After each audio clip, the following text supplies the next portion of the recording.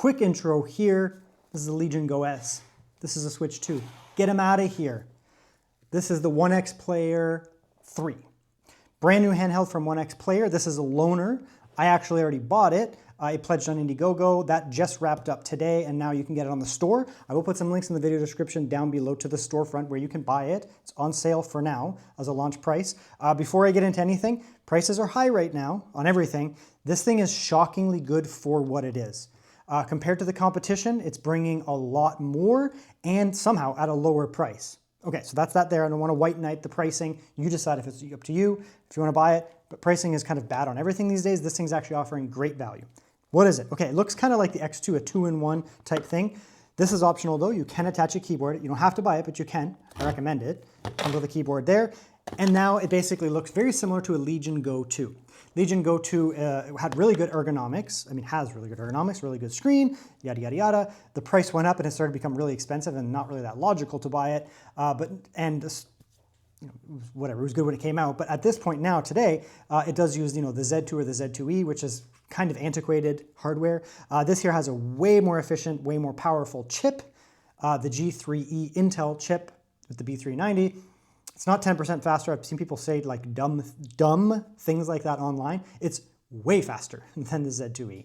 So what we have here represented is a generational uplift. We went from last generation, Z1E and Z2E, both of them, their previous generation. Now we're into current generation, which is the Strix Halo from AMD with the 8060S and 8050S, I guess. And this here, the B390 equipped Intel Panther Lake stuff. And there's a bunch of them, but this here has the G3E. What is this here? It has very similar ergonomics to the Legion Go 2, very similar in many ways because it actually has a very similar screen as well, which is awesome. I really liked the Legion Go 2 handheld. So you get a lot of the benefits like that. You get detachable controllers, just like the Legion Go 2. They're a little different here because it comes with, you can buy it, and it comes with this thing here, and you can actually attach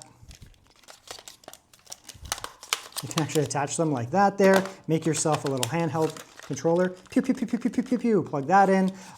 You can you don't have to, but you can optionally buy a different set of controllers, the ones that are from the X2, X1 Pro, which I just reviewed, that there, or you can get, these are the ones that come with it. It's up to you if you want to get these. They're just different.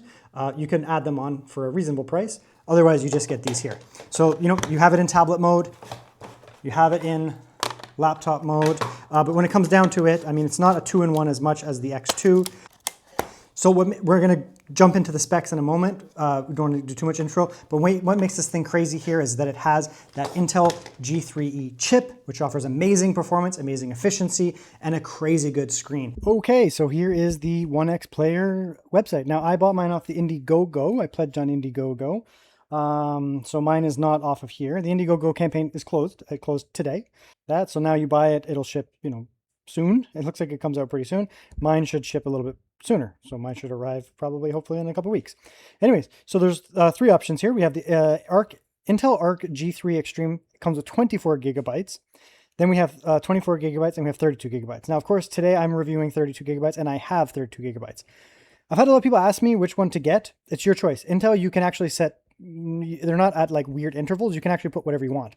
So today I actually have 32 gigabytes and I'm testing it with 12 gigabytes of VRAM and 18 gigabytes, and 18, that's not right, 20 gigabytes for the system, which means both of these work. It's viable. You can, I mean, it's $100 to go between these two for storage, but if we go from this to this, it's $200. That may seem like a lot, but RAM is super expensive. So yeah, 8 gigabytes of VRAM for $200, LPDDR.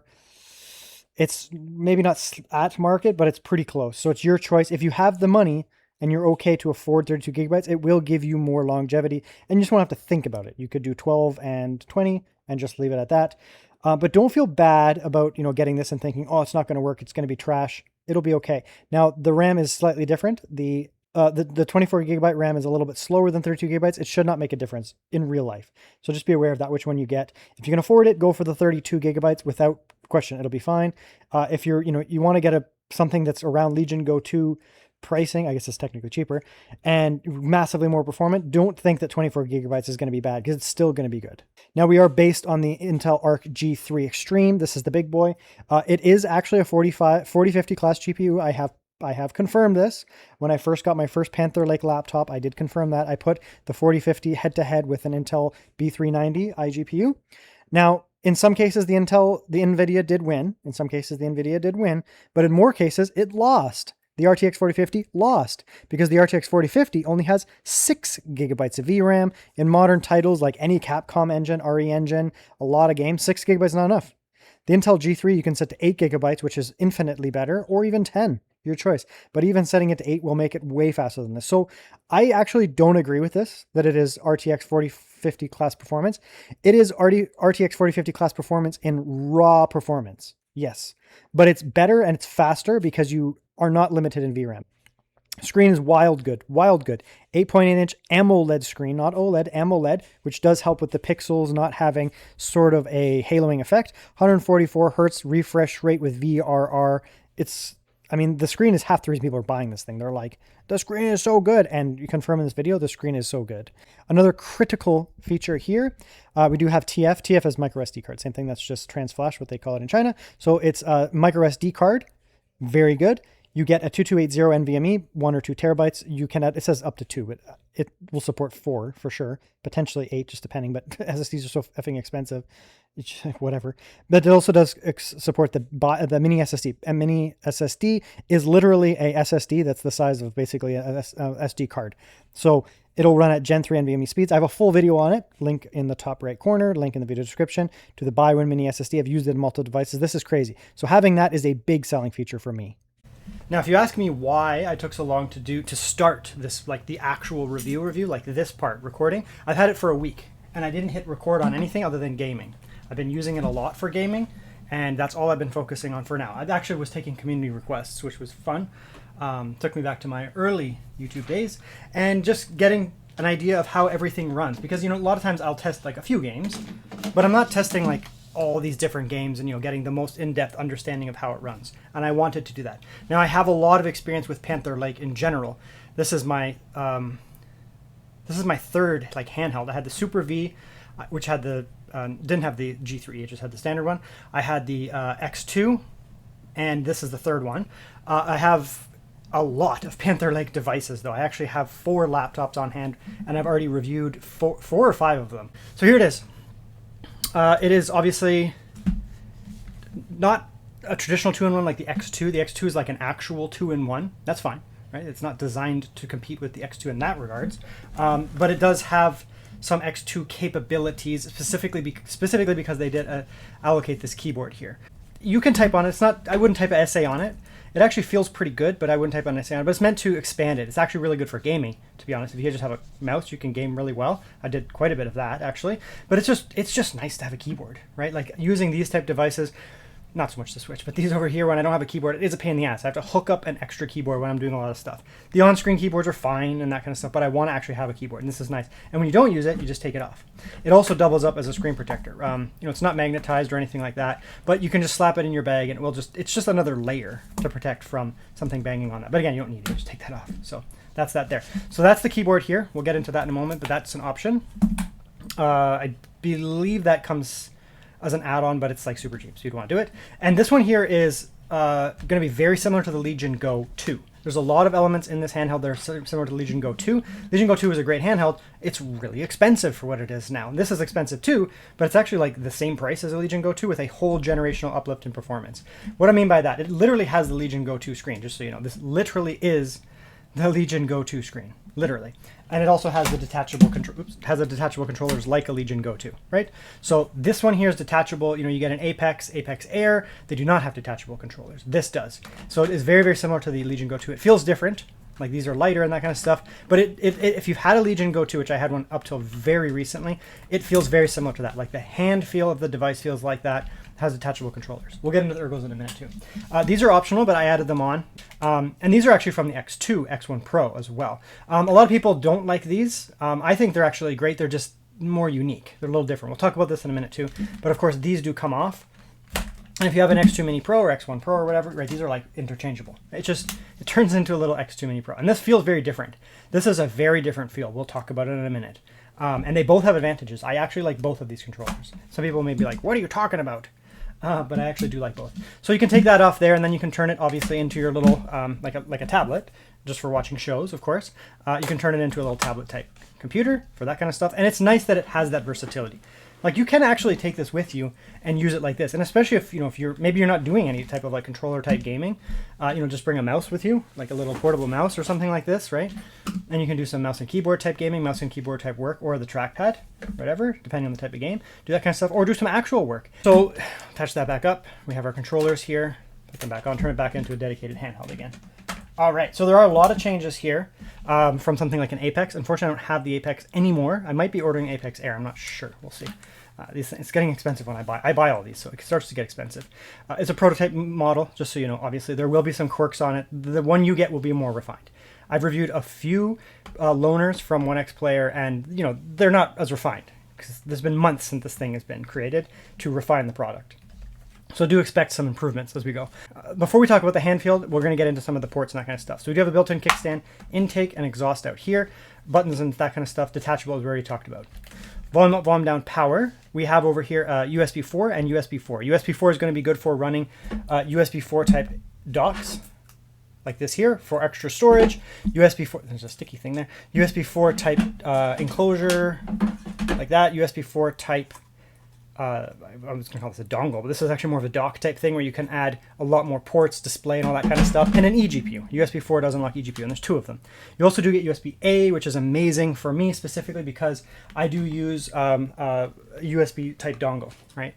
Quite a bit when I'm doing work, that kind of stuff. Like I just slap that in there and I can hook up a mouse and keyboard. That's great. Storage, game drives as well. You can hook up a USB-A type SATA drive. That's great. Very good.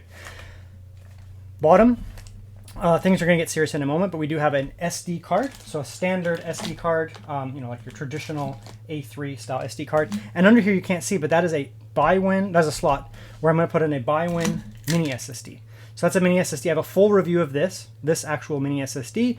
I was the first to review it on YouTube, and I was probably the first non-Chinese language review. I might even have been the first review period on the internet of one of these things. And I've been using them on and off for different, like OneXPlayer handhelds. This is not a mini. That's not an SD card. It's about the size of an SD card, right? It's very tiny, but it offers SSD, NVMe SSD Gen 3 level speeds. And yes, you can do a boot off of something like that. So you can pop that in there, and you'll get access to the internal storage. You'll get access to the mini SSD and also the SD card. And they'll work at the same time. You cannot put this in when the device is on. It's not going to break, but just don't do it. It will not be recognized. You have to turn off the device and then put it in, similar to taking an NVMe SSD out of your computer and putting it in when it's on. Don't do that. Speakers down there, they are down firing, so they're not going to be in a hand spot here, right? Like this Legion Go, they fire at you, right? Lots of handhelds do that. On tablet type stuff, that's essentially impossible because you're going to have these taken off from time to time. So you can't have speakers over here, or they don't. So they're firing down here. Typically, it's not going to be as much of a problem as you might think. It was actually more of a problem on the original Legion Go where they fired up. Legion Go 1, where they fired up because they went out into the ether. Here, right there, like regardless, they're going to fire down and at you. So there's going to be some reflective surface. Okay, so let's talk about buttons and hand feel. So we'll talk about the weight and all that kind of stuff here. Weight as configured. I mean, just look at the weight as configured, but we can see here, like you can detach it, right? And so you're going to have the option of doing that. Let's put it like this. Under a kilo, so 950 grams. That's with the controllers. Take this off. 780, which is, I mean, it's dense. It's a dense little boy, right? There's a lot of cooling, that kind of stuff in here. Let's compare these. So 61 grams, 82 grams. So these are lighter actually by but 20 grams. So 40 grams loss if you use these ones versus this. There's just more plastic. That's that there. We should have access to that. Now there is, of course, the center, the controller attachment. So that's upside down. The controller attachment. So you put this in here. You pop in the that there into the thing. It's not Bluetooth. So it's, I mean, that has an upside and downside. Latency improvement is obviously going to be good. It's not Bluetooth, but you pop that in there, and then you can put these in here, and then you have access to, when you're in tablet mode like that, you have access to pew pew pew pew type gaming. Really nice. That's really sweet actually, and it comes, I think you buy it, but it comes with it, and you have access to a little touchpad in there. So again, we'll get into that in a moment. And yes, it does of course support these as well. It looks a little weirder, but it does work as well. So you can do that. Let's say we go for this here. If we bring this with us, like maybe we want to bring it with us. So now we're here. We're going to bring the keyboard with us. like that. And we're gonna bring that with us. And now we're at 1222 for the whole carry. There is also a USB-C charger that comes with it. It is right here. USB-C type charger. 1431, and it takes 35 watt charging. So, you know, you can just get yourself, I just get yourself a little, if you want a smaller one, a little 65 watt charger, just get one off Amazon or something like that and take it with you. You can get them to be a lot smaller than that. That's fine. And of course you do have a carrying case if you want to go for the full thing. Oh, and the charger. It's under 2 kilos for everything. I guess I don't have a wire. Probably exactly 2 kilos. That's for everything. I mean, most of the time, depending on what you're doing, unless you're putting it in a box and you just take that with you, sure. A lot of the time, you're going to be taking like pieces of this, right? Depending on what you're going to do. So that's that there. Okay, so let's talk about the buttons and the ergo and that kind of stuff. So we'll get into the keyboard in a moment first, but we're going to go into game mode and we're going to compare the controllers here. So this thing here, I mean, right, you just hook that up here and it feels just fine. No problems. I'm going to put the trackpad. Actually, let's plug in the trackpad. Plug this in so we can try the trackpad as well as we go.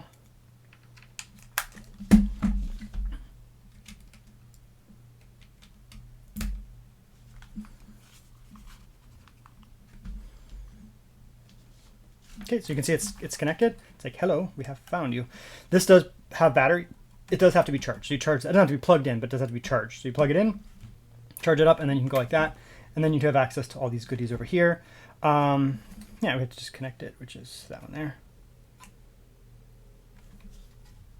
There you go. Whee! This is a great feature, right? Because I don't like the lack of trackpads. Like on this thing here, I don't even count that. That thing is useless. It's actually garbage. The Steam Deck and the Legion Go 2 have like good trackpads, and this is now gigantic, right? And it's actually very useful. Like you can use it in games to navigate that kind of stuff, and it's clicky, right? So it's like an actual trackpad. You can use it in games, that kind of stuff. Typically when I was doing my testing, I was using this just because it was so easy, because I need to reset my metrics. And then you can use this one, but you know, if you're not taking that with you, you don't want to. You have this here, and you can use this in games or in navigation. Another thing that they've done is they've moved the buttons here. So we can see here, one of my critiques of the X2, X1 Pro, that kind of stuff is we had these up here. We have, it's still better than this, because the Legion Go, for example, we have start and select. Now on this one here, it is still better because they're flipped. So you do get the start and select on the top hamburger menu and the option, the call out on the bottom there. So by doing that, that's really good actually. So start and select at the top. So you just bring your hands up, and as long as they're at the top, you're going to press those. But it was a little close for my liking. Now this is a much smaller controller, so there's nowhere to put it. Right? So I guess they could put it down here, but it would be risky. You'd kind of like come over and hit it. So it's up there. It's fine. Whatever. On the default one, they'll call them the default OneX3 controllers, they're separated out. So we have start and select, and they're actually called start and select. Look at them not trying to be edgelords. They're actually called start and select.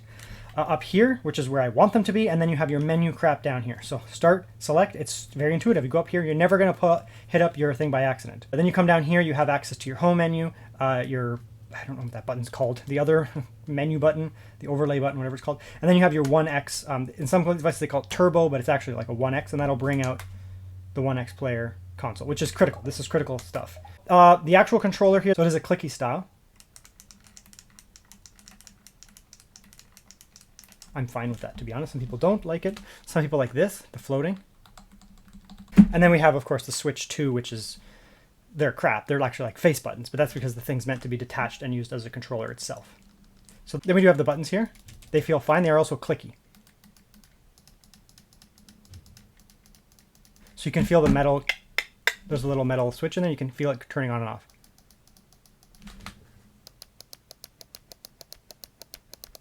Versus this here does not have that. Legion Go. OneX. OneX, Legion Go. I don't have the strongest preference. I do prefer the like little metal clicky thing. A lot of like high-end aftermarket controllers actually use this type of mechanism. Shoulder buttons are fine. Clicky. This is actually too clicky. Now we do have our shoulder buttons as well. These feel great. Resistive. And they actually do have adaptive triggers. So that's going to now put it into hair trigger mode. The hair trigger mode doesn't feel great, I'll be honest. It doesn't feel great. Again, this is a prototype. It probably will be reworked. Doesn't feel great though. It works, but it doesn't feel as great. I usually go like this here. This here has also adaptive triggers, and they're a little shorter, so it does feel a little better. But the analog on this feels worse than this. This feels much better in terms of the analog. Right, so let's actually put them onto the device, because that's a little different when it's in that hand, because they're both going to feel good in that thing, because it's just like a tiny little thing. Let's put them on here and just kind of feel how it feels in the hand. So you can see here when you have the big one on, it does, if I can get it in, it does become a full threshold. It goes right up to the edge of the threshold of the device, so it becomes basically like a go-to, right? And then we have this one here. It's much smaller, and they feel very different in the hand. First things first, there's not a lot of separation. I did see one person talk about it being separated. It does not feel separated. Like, that's a heavy handle and that feels secure. Don't do that. Don't be stupid, and don't be like, oh, I did that and I kept going like that and eventually it wore out over 3 months. Yeah, don't do that. It's an electronic. It's an expensive electronic. Everything's expensive now. Treat your electronics with respect. And I'm not talking about like, you know, don't use it, but respect your electronic. When you pick up your handheld, don't pick it up like that and break it, right? Two hands, right?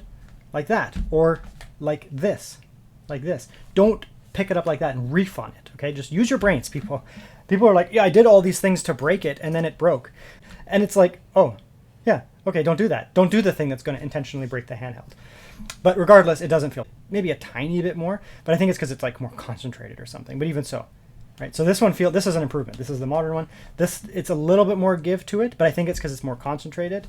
But both feel fine like that. Now the actual feel, like the feel of everything. So we can see here that the location of the buttons, other than, you know, those, the joystick and that, are a little bit placed different, or placed in the same spot. So we can do that here. Here they are different, right? So when this thing's hooked up, this is actually brought down quite a bit. So here you're going to be gripping. See that? I'm going to be gripping. I have fairly big hands. I'm about 6 feet, maybe slightly more, maybe slightly less, depending on the time of day. But I'm approximately 6 feet, and I'm lanky. I'm a very lanky person. I have long arms and I have long legs and I have lanky hands. They're not bulky, like they're not thick, but they're lanky. So when I come in here and I grip this thing here, like, yeah, I can dominate this if I want, but it's much harder to dominate this. When I put it in my hand, you know, I have this here, and yes, I can come way over that, and, you know, that would also feel weird, but typically I'm going to be gripping it like this. I'm going to be putting my hands here, finger basically on that. I'm going to be gripping down here, and I'm going to be resting here. Now watch the angle of my thumb. It's at a reasonable 90 degree there. See that? And this feels pretty good. Some people have said, like, yeah, you're going to be like that. No, because it would have to be way up here for me to do that. Like, I still am kind of doing a little bit of a claw grip. I'm not actually dominating it like that. That feels really weird, because I'd be using, like, the underside of my thumb. If you have small hands, though, like, say my hand's smaller, you might actually be doing that, right? And so maybe that's why people have asked me, like, which one do I prefer? I'm like, oh, they're kind of the same. Because I'm kind of dominating both of them, right? Like, this is like I can crush this thing. My whole hand can dominate this thing, right? So regardless, I'm coming down and I'm, you know, using like a modified grip, like a claw grip, like that. So the device is actually resting on my fingers out like this here, almost. See that? Whereas here it's kind of the same. It's just that this is bigger and more flat, so it's covering more of my palm. But depending on the type of game that I'm playing, I actually kind of don't mind this, right? If I'm playing like a competitive, demanding shooter, you know, like a Souls-like game where it's like a 3D, like action-based Souls-like game, you know, you want the big controller because you want to be able to like dial it in. The kickstand's not great. Okay, so here at this angle here, it's kind of fine, right? It's not great, but it's stable, right? So we're at like very, very extended. It's fine. It does not fall over. It doesn't wobble too much, but there's a little bit. We're bouncing like that. When you start to kick it up here, higher, right? It does kind of do that because it's off-centered, right? So at, you know, a small angle there, like an oblique, like a small, it's going to fall over. When you start to put this thing up here like that, it becomes better. And at full extend, it's fine. So at full extend, which is actually like the angle that I've been recording at this whole time, it's just better for recording. It is actually stable. It's very, very stable at full extend, right? Full extend. Once you though put it up, it does become wobbly. If they moved it here, it would no longer have that problem. It would still be potentially like on your stomach wobbly, but like, I mean, so when you reiterate on this OneXPlayer, I know you watch my videos. I very much appreciate this. It feels nice. It's robust. Everything's great, and it works just fine at full extend, which for most people is probably how they're going to use it anyways. Even like that's fine. But if you moved this here, just dead center right there, it would overcome the issue of it being, you know, a little bit wobbly. So for next time. Okay, let's break it. Not actually going to break it, but we're going to open it up here, have a look inside. I've already done, the entire video is done, just so you know. Days of game testing, the whole review is done. So now we're going to open it up. and see what's up. I also have I'm about to install SteamOS as well. So if you're curious about how Steam runs on this, I don't know. We'll find out together at the same time. Okay, so typically there are screws hidden under these. I don't know. I actually haven't watched. I'm going to be honest with all the other handheld YouTubers. I'm sorry, I haven't watched your videos yet. Now, I will now, but I don't watch videos before. I might like dabble, but I don't watch too much before I watch my own because I'm careful to. I don't want to have a biased opinion. I usually go in after I'm done recording my initial stuff, and then I watch, and I can come back and like address things that other people have said. But I'm very careful to attempt to not screw up my review by looking at other people's opinions. And I strongly value other people's opinions. So that's why I'm usually careful with not watching too much before I do my review. What I'm getting at here is I don't know what it looks like inside. I have no clue. Okay, I think we might have to take these out. On the Super and the X2, we didn't have to take these out. You may have to on here. There might be something biting in. Now, what I recommend doing, if you ever go in blind, like I do, onto devices, when things are really resisting, you pulling on them, don't. There's a difference between like a little bit of resistance of like, you might need a clip, and it's actually resisting, in which case you pull and it will break. So never pull super, super hard on things like that. I'm also probably going to have to take out the mini SSD tray, I would guess. So here's a look inside. We can see here it's looking good. The back plate here is nice and robust. It's somewhat malleable to prevent impact damage. That's good. It's not a super hard plastic. That's a good thing. That's a good thing. So it's not brittle, but that way at all. It's got some flexibility to it. Metal covering the intake there, and then of course we do have some foam there that protects the battery from impact. Batteries don't like getting hit. Okay, so that's that there. Let's come back and let's look inside. So massive battery, right? We have an 85 watt hour battery. That's getting into the territory of a 16-inch gaming laptop or like high-level pro, thicker pro laptop to get a 85 watt hour battery. So that's massive for that. A lot of the weight of this handheld, you may look at it and be like, why is it so heavy? Well, it has a giant 85 watt hour battery in it. So there's a lot of weight there. The next thing is the fan is huge. So this is the type of diameter that you would expect on a 16-inch laptop, potentially a 16-inch higher capacity laptop, something with RTX graphics or something like that. A larger fan spins slower than on average, spins slower than a smaller fan with the same design. So we have the same design, same fin design, same everything. If you have a larger diameter here versus a smaller diameter, typically the larger fan needs to spin less fast to move the same amount of air. Meaning, if it spins less fast, it spins less noisy. So that's why this thing can run relatively quiet. It's going to be able to, at max speed, move a lot of air and keep itself quiet, but at lower temperatures, it doesn't need to spin really that fast at all, so it's going to be very quiet. The other thing is here, I've noticed this on different types of laptop. I'm a laptop reviewer, if you guys don't notice, but we have these curved fins here. That reduces turbulence. When you get a laptop that has straight, it produces typically a lot of noise. These curves here, I don't know if they necessarily move more air. I'm not an aerodynamic engineer, but what they do, and I've noticed this over years of testing, is they reduce noise turbulence. So less like, less woo, woo, woo, woo, woo, woo, woo. Those type of annoying sounds are reduced. Okay, so the battery here actually connects underneath that. So you do actually have to take out this before you disconnect the battery, which is a bit of an L. I'm not going to go all the way down. I don't have to take everything off. These guys use PTM 7950. Every single OneXPlayer product that I have tested to date has used 7950 PTM. I don't know if it's 7950, but some form of PTM, phase change material. So you're not going to need to change it because it's PTM. It's good. You won't want to change it. And you're also not going to have to change it for a long time because PTM doesn't go bad. It actually has a very, very long, I guess I'd call it shelf life. There's a screw under there, by the way, under that little rubber pad. So PTM has a very long shelf life, which helps with it lasting for a long time. Unlike a paste that'll dry out and go bad, PTM is supposed to dry out. It actually, you cook it kind of. It turns hard, and then it's going to basically fuse the two devices. So that should release. There we go. The fan comes up. It's a nice, good weight to the fan there. That comes out. Okay. And that's the NVMe. We still don't have access to it, right? We still don't have access to it. You're going to have to take off more, it looks like. We shouldn't have to take off that. Yeah, it looks like we have to go a little deeper to actually get to the NVMe.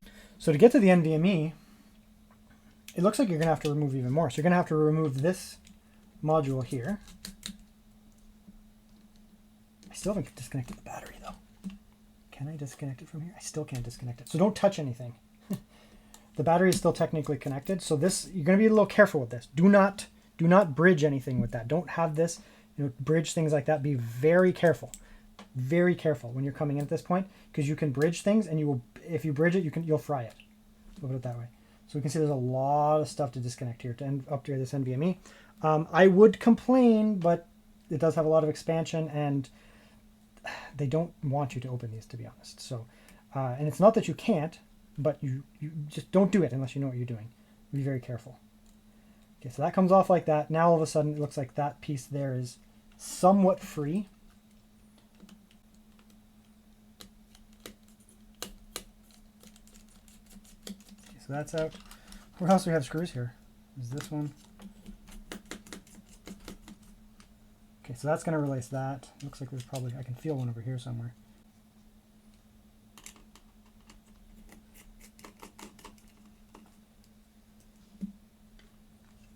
Is that loose now, or is there still more? Okay, so that's now loose, that's loose, that's loose, that's loose, that's loose. This is just running a channel, that can come out. All right, now I think you can probably safely access. You could take this out.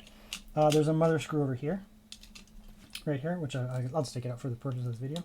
You could probably get by without taking this out now, and just kind of leave that to float. You could even just do that. Right now it's just kind of floating there, and then you don't have to worry about all these wires and crap, like running the wires. And at this point, I think you could sneak it out, right? So you can so we didn't take this whole plastic thing out. You can access it. Right now, you can just connect the battery, which is there. See that piece of metal there? You can disconnect that. You can pull up this, disconnect the battery for swapping the NVMe.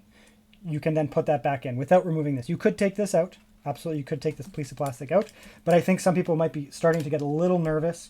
That's magnetized. Might be starting to get a little bit nervous about running all these wires and that kind of stuff, and I don't think you need to. So for now, once we disconnect that battery, you could now take out the NVMe. Right? You could just go like that, take out the NVMe, go like that. This here, it's loose. See that? It's loose. I'm doing this the basic way.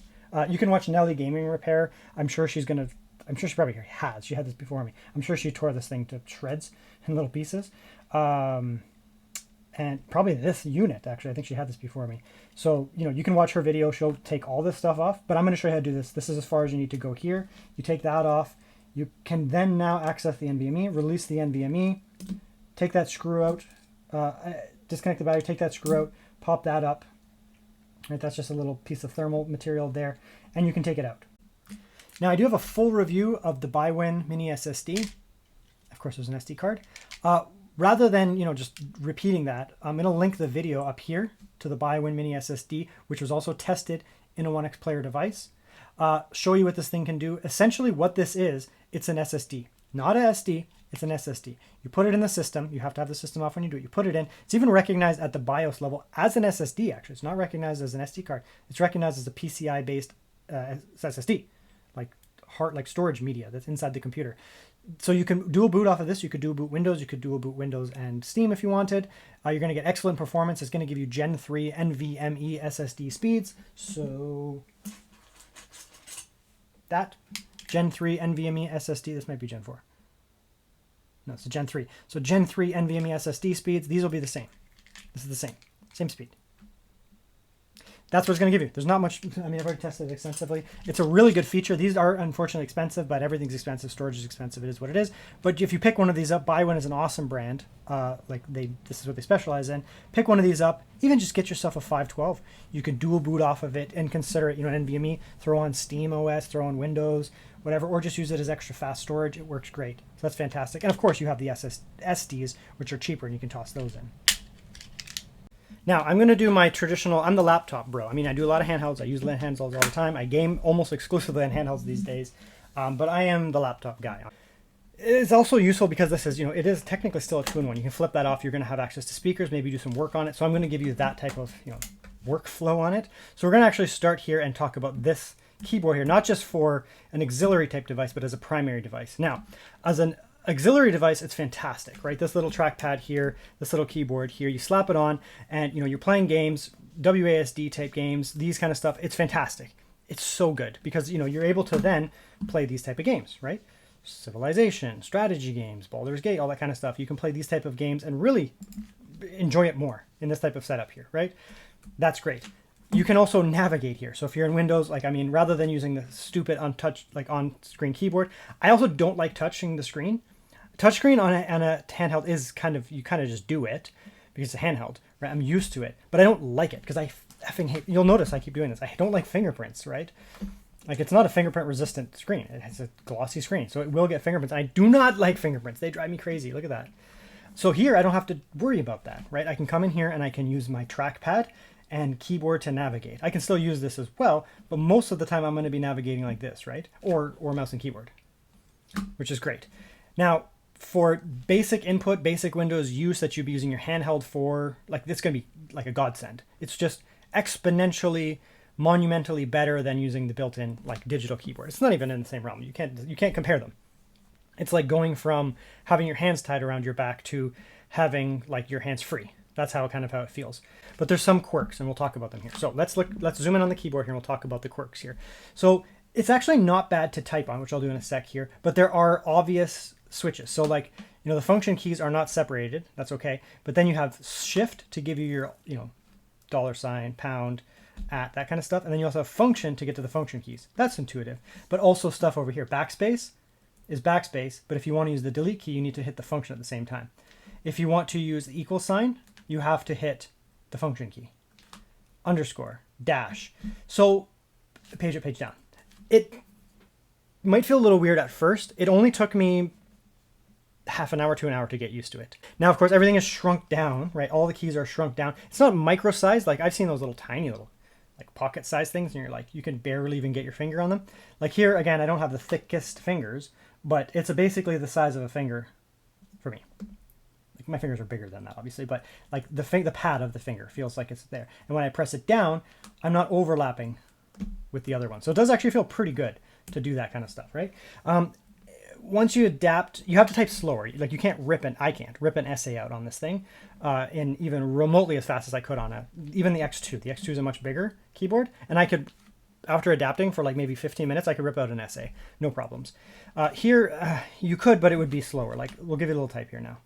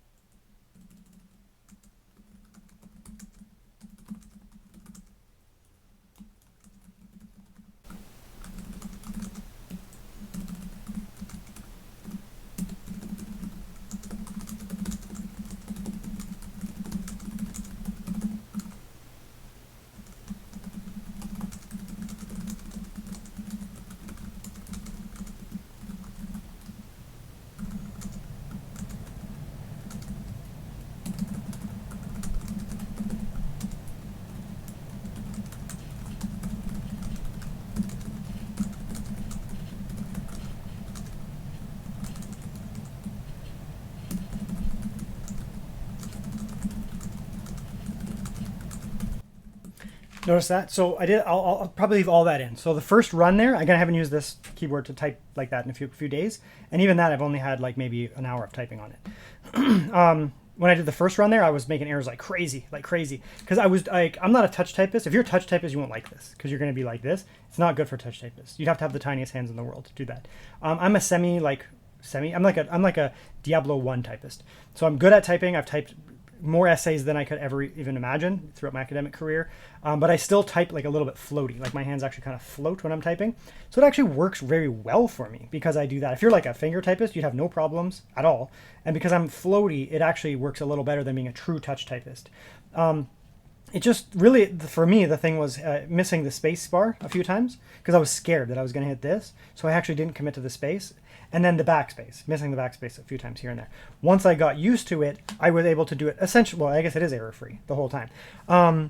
However, I was much slower than normal, but I was reasonable. I was infinitely faster than using an on-screen keyboard. It's not even comparable. Probably 10, 15 times faster and more accurate. I don't know. I can't type on those things because it's not a phone where I'm like, it's like this big thing. So I'm massively faster than that, slower than typing on a standard keyboard, but it's totally fine. They feel nice though. Like, this is, this feels nice. The keyboard feels robust enough. It's firm, that kind of stuff. Feels good when you're typing holding it. It feels good when you're typing like that. Nice. Good keyboard travel as well. Like, you can see the keycaps there. They do travel well. They go all the way down and bury themselves flush with the keyboard. So that's technically a lot of travel. It's very good. Backlighting as well is great. Trackpad is tiny, but it has a trackpad, and it's, you know, it's enough to actually cover the whole screen multiple times. So we'll sit in the middle there, right? Say we're in the middle. You can get all the way to the side, all the way to the side and more. So you can get a lot of space that way, up and down. It's enough to cover the whole screen almost, right? It's great. It has a piece of plastic on right now too, but this is a loaner. I don't want to take it off. But it feels great. It's a great little thing, little keyboard. It's just smaller, right? So you'll get used to it pretty quick. You'll never, I don't think anyone would be able to type up an essay on this as fast as, you know, like a full-size keyboard or something like that. And I'm used to like laptop keyboard. So this is in my wheelhouse. Now I've been dealing with a copyright troll, a lot of copyright trolls on YouTube, not even the same person. I've been using the 12 a.m. study session by Lo-Fi Girl, which are full authorized to be used on YouTube. As long as I'm using them on a YouTube video, I'm not making, you know, like commercial products out of it elsewhere. And I credit the author and credit them, I'm allowed to use the product. And I've contacted them and they agreed with that. But there are YouTube troll companies, like, I don't even know if they're real people or they could just be a person. They're probably a big mega corporation that realizes they can do this money. They steal the video from Lo-Fi Girl. They'll put it on YouTube and then they will slightly modify it, but then they will do claims on people like me, like medium and larger size YouTubers, which siphons off the monetary. It actually puts it in like escrow. It gets held, so I can't get any money off of it.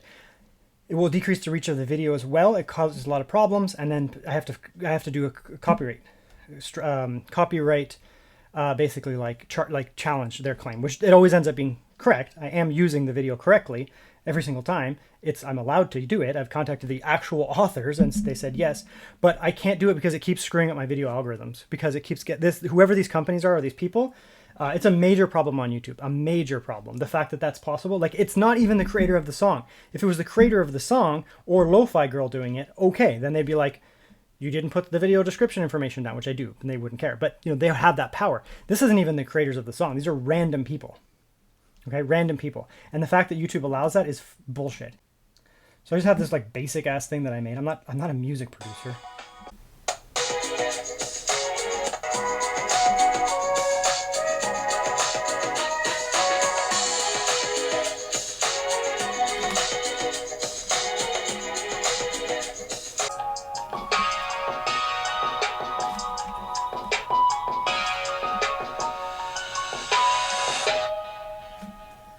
Okay, so they're not 10 out of 10. So people have asked me this, like, what would you rank them? And I gave them, I was like, I don't exactly know exactly what number. I gave them a 7. There are better speakers out there, and there are much worse speakers out there. So they don't have the most low-end bass, but they have enough to make the music feel rich enough. The mid-range is fine, and the high-end is fine. It's kind of like a very standard, almost like a standard laptop type speaker. It sounds just fine. There's no problems with it at all. I wouldn't call it a weakness by any means. There have been many handhelds that I've had in the past that have weak speakers. The OXO X1 had bad speakers. The Legion Go 1 had terrible speakers. Terrible. The Legion Go S here has very middling speakers as well. I'd probably give these like maybe a 7.5. They're not actually that much better. Like these speakers are not really that much better. However, these are front firing. Like they're right there, so they come right into ear left and right ears, like that kind of thing here. Whereas here, they kind of have to bounce down and fill the air. It's actually not a problem because I'm typically like, again, they're still coming towards me in that direction, right? They're coming down, but it's not the same as them coming directly out here. It does feel voluminous enough because they're smart enough they didn't have them come out the top. So that's no problem overall. They just don't have the same, like, especially in like the low to mid, they don't have that fullness that, you know, like a really good set of speakers would have. So I can't give them like an 8, 9, or 10. I just can't do it. That would be, you know, you need a lot more bass and a lot more fullness in there. The volume is fine. I mean, 75 dB is quite loud to be right in front of you. If you go higher than that, you're actually going to start threatening to damage your hearing. If it's right in front of you, you will actually, like 80 dB right in front of you can damage your hearing, technically. Long term, it's not really that big of a deal, but you actually can legitimately. So they get very loud, it's just missing some of that. And again, the only time it might be a problem, I suppose, is if you were lying on like a couch and you sat this on your stomach, right? And then it was muffled, right? You'd actually have, like, these would be physically muffled because they're right there now, right? If you have the keyboard, it actually raises it up so you don't have that anymore. And if you're holding it, it's no problem because typically, like, I don't game, like I'm not gaming like this, I'm gaming like this. So the sound is actually coming at me regardless, just not directly into my ear. It's actually just coming at me in general. So they're actually not bad. I'd give the speakers a solid 7 without problems. Now the screen is one of the biggest selling features here. Yes, it's a really nice handheld. It's got an amazing chip, yada, yada, yada. The screen is like effing incredible, okay? So you have an 8.8-inch screen, which is bigger than something like the Legion Go S, but it's not so big that it's ridiculous, right? It's bigger than the Switch 2. The Switch 2 was a big upgrade of the Switch 1 in terms of screen size. You went to 8. So 8 is a really nice spot. I'll never complain about an 8-inch screen, but for actually just gaming, it does go really far. So it does have some pretty impressive specs here. So we'll come up here. We have access to HDR, of course, obviously. We do have access to, come here, VRR. So we have variable refresh rate, 30 hertz up to 144 hertz. That's incredible, especially for an APU, because you're not always going to have the highest frame rates like all the time, right? Especially if you crank stuff up. So having the ability to have VRR will help smooth out that when frames are going up and down a little bit there. 1200p as well, so you get more height. 144 hertz refresh is crazy. So the specs on the screen are very good, right? It's bright, etc. Now, it's also an OLED screen, an AMOLED screen, technically. So it's an AMOLED screen, so you're going to get really nice blacks. AMOLED versus OLED, you'll get less text fringing, theoretically, on AMOLED because they don't use triangle-shaped OLED pixels. Some OLEDs also use square as well, but some of them do use triangles, which can actually cause text fringing and haloing on screens. These are AMOLED. They use rectangular pixels, so it works perfectly with Windows ClearType. So it's going to look nice and sharp, nice and crisp. 1200p at 8.8 is going to be, the pixel density is quite high. There. So it is a reflective screen. It is not an anti-reflective screen. You could get it gloss, anti-gloss, semi-gloss, semi-anti-reflective, full matte screen protector if need be, if you need to change that up. It is going to be reflective, not as important in a dark room. You actually get to the point where the reflections don't even matter in a dark room anymore. In a semi-lit room like this here, yeah, you can get some reflections. It's not bad for a gaming handheld. I don't mind that because it's designed specifically for gaming. So you're not, in a business office and you're like, man, I can't really see the stuff because I'm like getting a little bit of reflections here. Like, no, you're probably gaming on this thing. So it's not as big of a deal. People love glossy screens because they do increase the richness and the saturation of colors. Now, what I'm going to do is I'm going to talk about the screens here. I'm going to talk about this pretty technical. If you guys know me, I'm a screen tech guy. In my professional research, I actually work with imagery, color imagery, satellite imagery, cartography, that kind of stuff. So screens are important to me. We have very different technologies here. We have very, very different technologies here if this thing decides to stop turning off every 2 seconds. So on the left here, we have an OLED. Right here, we have an IPS. Low-end color space will have IPS panels versus OLED. The primary difference is blacks, right? Color space is out of the question. It doesn't mean anything at this point. With an OLED, you get absolute blacks. They typically are also paired with good colors and they have good response times by default, but typically you're getting them for the blacks, right?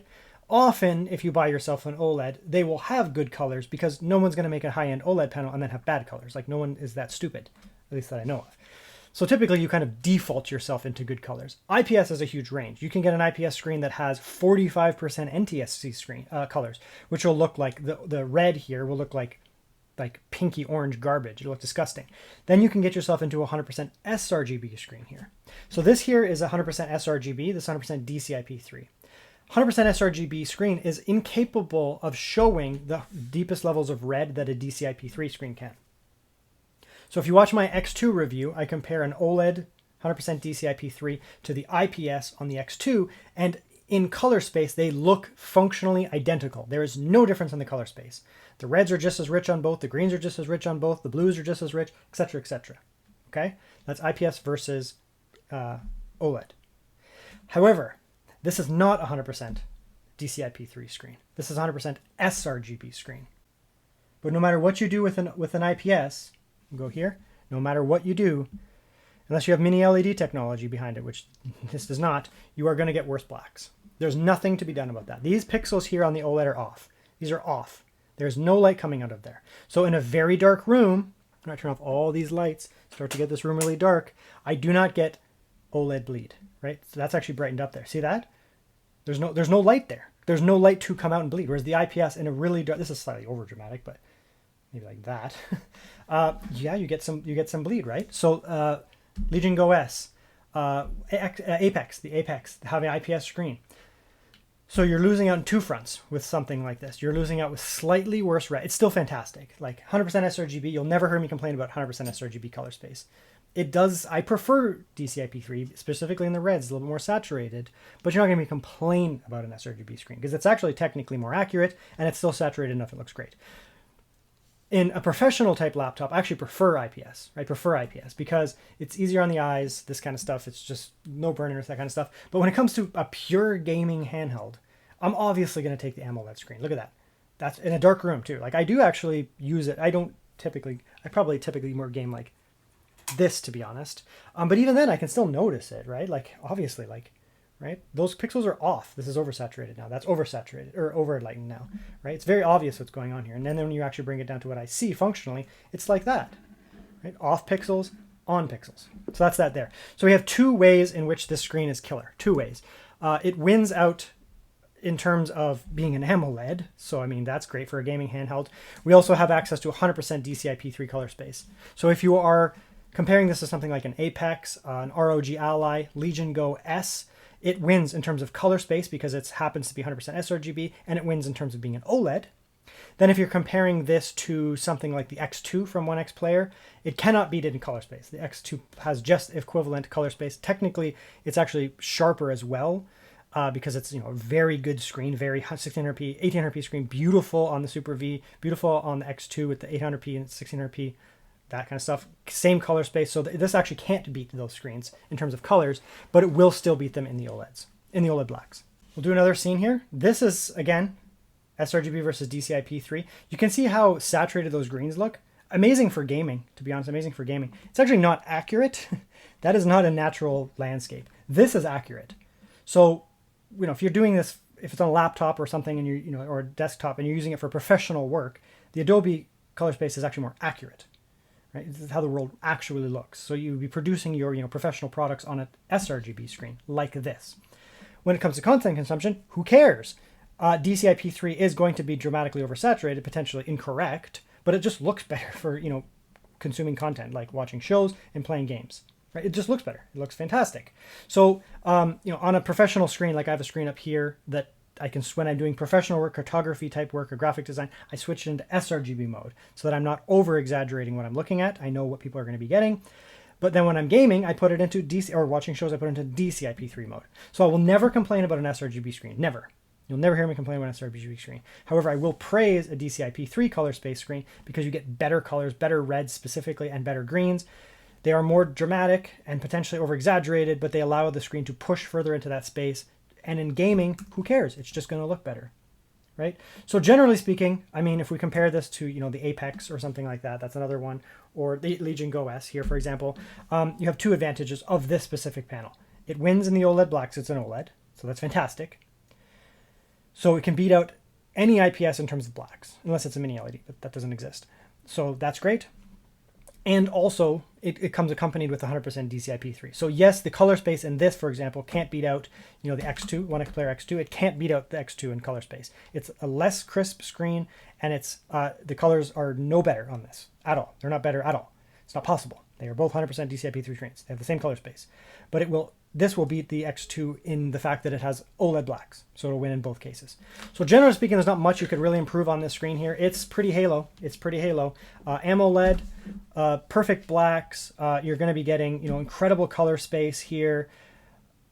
100% DCI-P3 color space. Sure, it's a little bit exaggerated, but who cares? Whatever, who cares? It's, you know, it's a gaming screen. It's going to look fantastic. So it's just a killer screen in terms of, you know, like what it's presenting to you in terms of the OLED blacks, the color space, and then of course you get the other benefits, you know, VRR, that kind of stuff. Another thing that people have asked me, and before I forget, I need to talk about it. The Legion Go 2 actually had this weird modeling effect. It wasn't like a Mura effect, I don't think. Maybe it was. But on the Legion Go 2 screen, I don't have a Legion Go 2 anymore, I sold it. But you got this like splotchiness. There was this weird splotchiness. I don't know if I can capture it here. It doesn't have it. But, you know, there was a weird splotchiness on the screen on the Legion Go. So on these like absolute black, like singular gray surfaces like this, on Legion Go, you got these like speckles. It was like a speckle pattern. It almost looked like the screen door effect you get on a touchscreen, because touchscreens can have screen door effect. But the Legion Go 2 and this, neither of them have screen door effect. So it wasn't that. It's just like a little bit of like an OLED grain that you got on the Legion Go 2. So when I found out this was using the Legion Go 2 screen, theoretically, using the Legion Go 2 screen, I was like, oh shit, we're going to end up with those like weird modeling things. It wasn't bad enough that I didn't want the laptop or the handheld anymore, but it was very noticeable, especially at nighttime. You know, I would turn the dimness down a little bit because it was bright. maybe to like 75% and like lay on my couch or lay on my bed, play games. And I was like, what's that weird like grainy effect here? None of that. I can happily report there's none of that here. Maybe if you got really close, like if I get really close, sure. But I'm talking like an inch from my face. I don't even think my vision is good enough to see up that close. So whatever that effect is, it seems to be either gone, probably more that's not gone. It's just so reduced that it's not noticeable really. So this screen is basically best in class right now for a gaming handheld. Size is subjective, right? Like some people would actually prefer 8 inches. I would take 8.8 any day over 8. I have no problems with an 8-inch screen. I'm not going to complain about an 8-inch screen. But the extra 0.8 does go pretty far, especially in fine text, RPGs, the stuff that I play. Like I play a lot of like RPGs and tactical games, that kind of stuff. And it really does go far. It's light years ahead of the ROG Ally. You know, that little 7-inch screen is pathetic. Even like 7.3, anything like that is really small. It's really small. 8 inches is like my cutoff for like, I can use this now. 8.8 inches is just getting into like luxury territory. The X2 is quite big. X2 is 10.95. I like it. I like it. I use the X1 Pro for a year. Some people won't like such a big screen as the X2. I love it. I think it's great. But it's not for everybody. This is one that could fit for everybody. It's not too big. It's not too small. It's kind of right in that sweet spot. Now, I would like to emphasize, I'm not sure how long I've been recording, at least an hour, maybe an hour and a half. There's all these battery tests you can do, and I'm not cranking it, but I'm navigating YouTube, I'm finding stuff, I'm finding tests, all that kind of stuff. We still have 17 hours. This has not been plugged in. I didn't plug it in since doing that. I took it out and I did all my, like, this is how it ergonomics and moving it around. We've lost 1% in that much time. And then since then, the next hour doing all those tests, we have lost 9% in like 2 hours, right? In about an hour. So it's crazy how efficient this thing is. Look at the battery, right? 15.51 hours. That's not abnormal. It has a big battery inside of it and it's super efficient. So we'll come in here. I'm going to show you this. I'm going to do my, again, laptop battery test is my thing. So unfortunately, it becomes really tough to, measure battery in real life. I could just keep testing it, but every time you do something, the battery's going to go up and down, up and down, up and down. 4 to 5 watts burned, messing about is 1,000 minutes, right? So that's 18 hours, 17 hours. This is like, Windows lies to you with your actual battery life. We all know that. And that's after already burning. We're not at full capacity, right? We've burned 10% of the battery. 10% of the battery is used. We're not at low refresh. I could do things. I could bring this down in brightness, right? I could make it less bright, and I could decrease the refresh rate, right? I could come here and I could say, rather than being 144 hertz, let's make it 60 hertz, which most of the battery, when you're just messing about, goes into the screen. Like idle state, almost all the battery is going into the screen. So just so you know. So I could make that like that, but I'm not going to, because this is a gaming handheld. I'm going to leave it in its peak brightness and 144 hertz. It's worst case scenario, right? It's worst case scenario. So idle, worst case scenario, if you close for me, worst case scenario, idle, we're burning about 4 to 5 watts idle. The whole system. It's averaging about, well, I keep doing things, but it's about 5 watts, put it that way. It goes down now, 4 to 5. As soon as I start doing something, it'll go up. So true idle, I suppose, is like 4 watts, 5 watts. If I close down these, it'll go down a little bit. I close down this stuff, but like you're probably not idling. Maybe if you're using it in class or something, you're typing up essays, yeah, you're idling. And you can see I did something and it goes up, right? And then it'll come back down though. As soon as it rests, it goes right back down, right? So I do something, CPU watts go up, it did something, and then that comes down. And so again, most of the battery life here when we're not gaming is being drained by the screen, right? So we'll come up here. Now let's look at the CPU, okay? So the CPU here, this is the CPU, the Arc G3 Extreme. It's going to idle below 1 watt. It might take a moment to go down. There's crap open here, but generally speaking, Intel Panther Lake, this is my 10th Intel Panther Lake device with a B390 iGPU, just so you know, 8th with an iGPU of the B390. Typically when Windows is not doing anything, it'll idle at about 0.5 to 1 watts, approximately, right? The CPU is incredibly efficient. OneXPlayer store. What we got? So come over here, just watch this watts, right? Oh, it's the battery. We don't want the battery. We'll go to the CPU. Let's come up here. CPU, see it jumps up and then it goes back down. So it's going to load in the page and it'll go back down. So one of the nice things about this chip in general is it's a very powerful chip. It's an efficient chip Efficiency means it's powerful and it uses less watts to get such power, right? Using low watts is not efficiency. That just means it uses low watts. Having power while using less watts is efficiency. That's why this chip is more efficient than a Strix Halo. It requires less watts to do the same task, right? So it's going to spin up. The CPU will go up to where I lost it. Yeah, it'll go up to like, well, let's do something. It'll go up to like, 5, maybe even 10 watts, to be honest, to load a website. There's a delay. 5 watts. So it took 5 watts for 12 watts to load in all those graphics, and then it immediately goes back down. So it's a powerful chip. It doesn't need much time to accomplish that task, right? That's powerful. It's a powerful chip. It gets the task done fast because it's powerful. It's efficient because it does so at less watts. It doesn't have to go up to 30 watts and get that job done. It goes up to 10 watts to get that job done. So it's efficient. So generally speaking, it's efficient and it idles low, okay, for this type of task. Now, if you're going to be doing something like, CPU heavy workflow, it will go up in usage, but then as soon as you stop using it, it's going to go back down again, right? So if I come in here and I put this to 35 watts and I run, Cinebench or something like that, it will burn 35 watts. So when you look at it and you're like, well, how many watts does it burn under 35 watt mode in Cinebench? It burns 35 watts. Why are you asking such a weird question? And then we already know what the system is using, right? We divided it out. It was using 3 watts. The screen and all the other stuff's using about 3 watts, right? Because we had it at 4.5 watts. The CPU is using 1.5. So all the screen at full brightness, the controllers, all this crap here uses 3 watts. 3 watts for the screen, which seems really low, but it is. That's what it's using. So the screen's using 3 watts with that, this here, and everything combined. Whatever else you're using is stuff like, okay, now I'm taxing the NVMe inside. That'll drain a little bit of watts. I have something hooked up like that. That'll drain a little bit of watts. I'm using the CPU for something like Cinebench. That'll use watts. If I have it in 35 watt mode, it'll use 35 watts. If I have it in a lower mode, it'll use lower watts. So let's check my math here, right? Let's check my math. Again, the NVMe, the SSD, this is technically like an SSD kind of thing in there. That'll use some. There's some other stuff. The NVMe inside is going to be getting hit up a little bit. The RAM's getting hit up a little bit more. And we can see here that the CPU is now using 35 watts because I'm under 35 watt mode. And then there we go. So full load. People have asked me to do this in gaming, and I can, of course, do that. But full load, everything maxed out. This is being drawn on the NVMe inside the system. The RAM is being used now.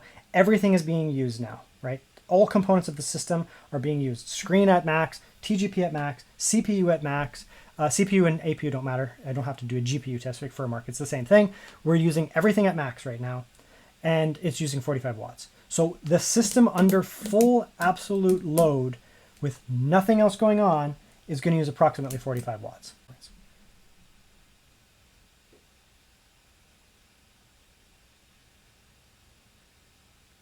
So 41 dB under full, extensive, heavy load, nothing else going on. It's pretty good. Honestly, it's pretty good.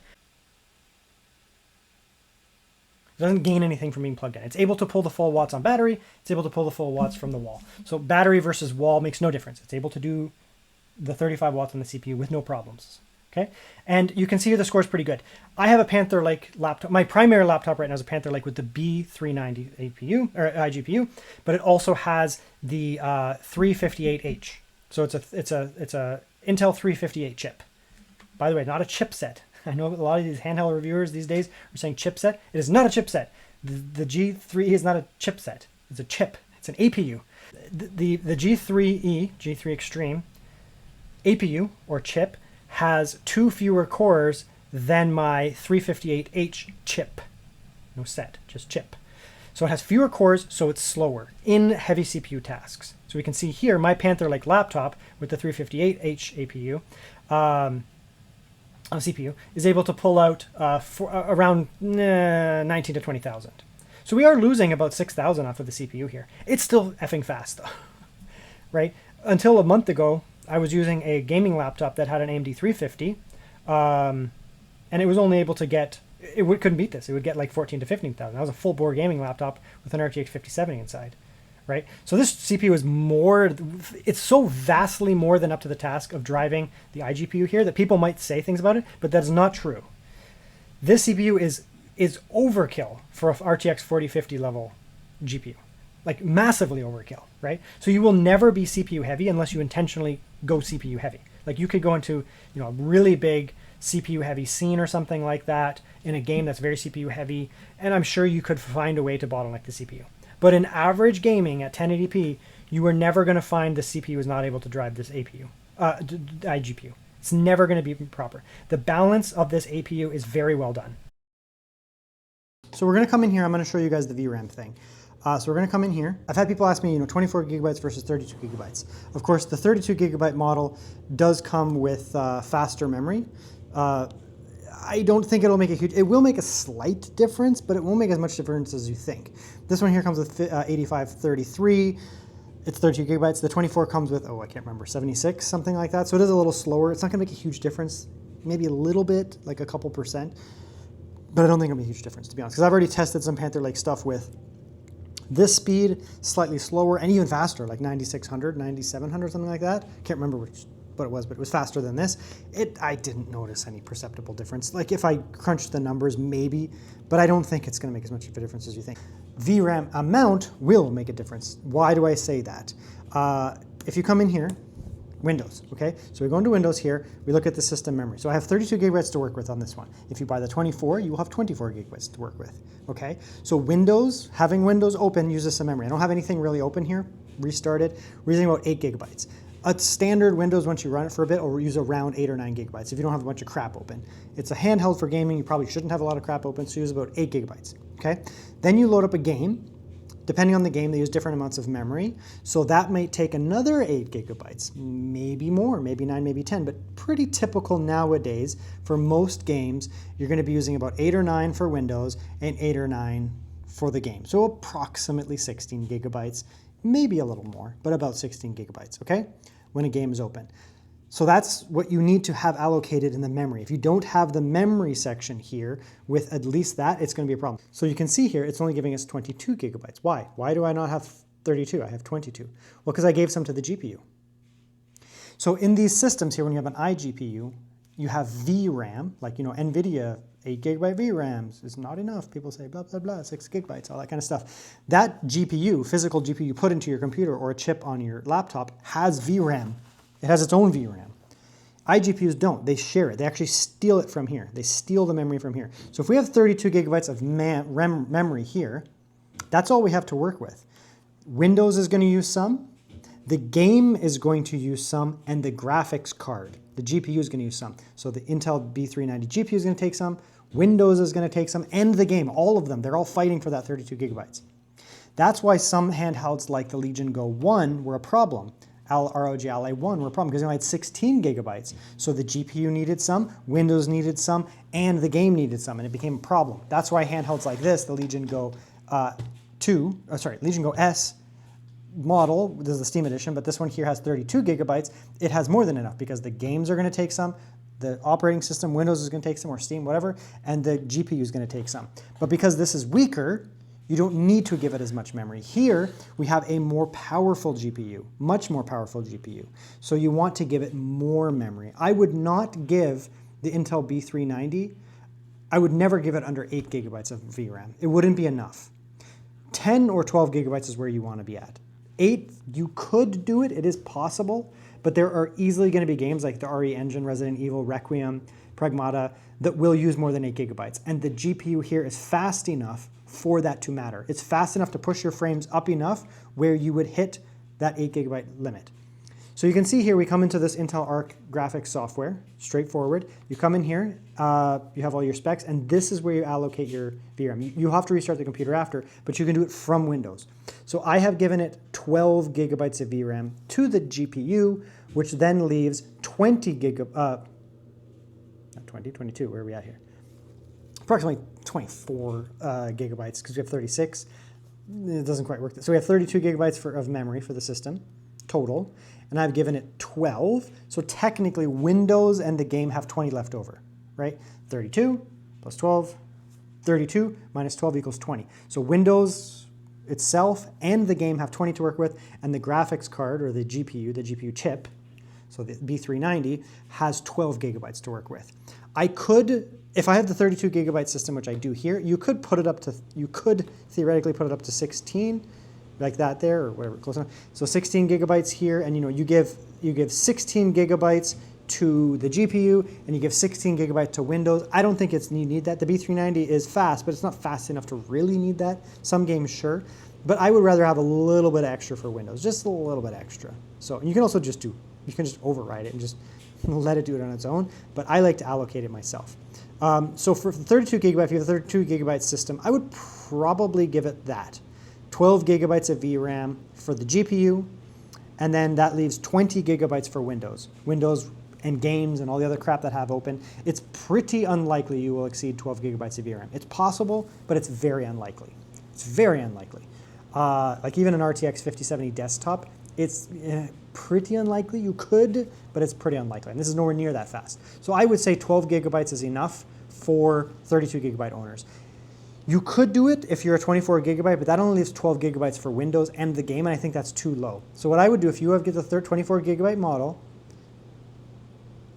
can I put it directly to 10 gigabytes? Is it possible?